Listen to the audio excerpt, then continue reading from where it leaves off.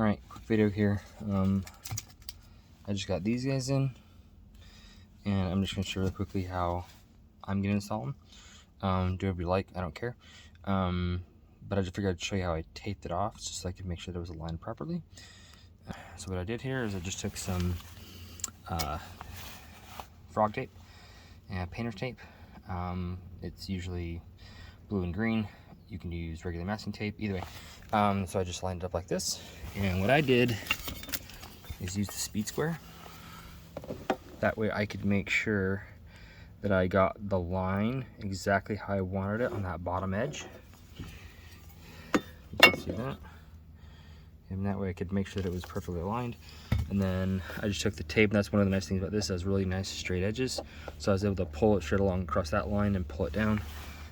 That way I can make sure that it is square. So I'm going to pause the video here, and I will slap it down and we can see how it looks. And if you hate it, then awesome. Cool, so it is downed out.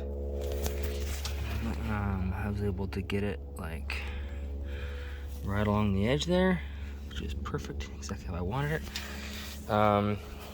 And I would keep at least the edges of this on so that you can make sure that you get all the air bubbles out from underneath it. And then when you're done, you just pull that off, and it looks pretty darn slick. All this tape off here, and now that gets scuffed into the paint. Man, those things are shiny. Cool.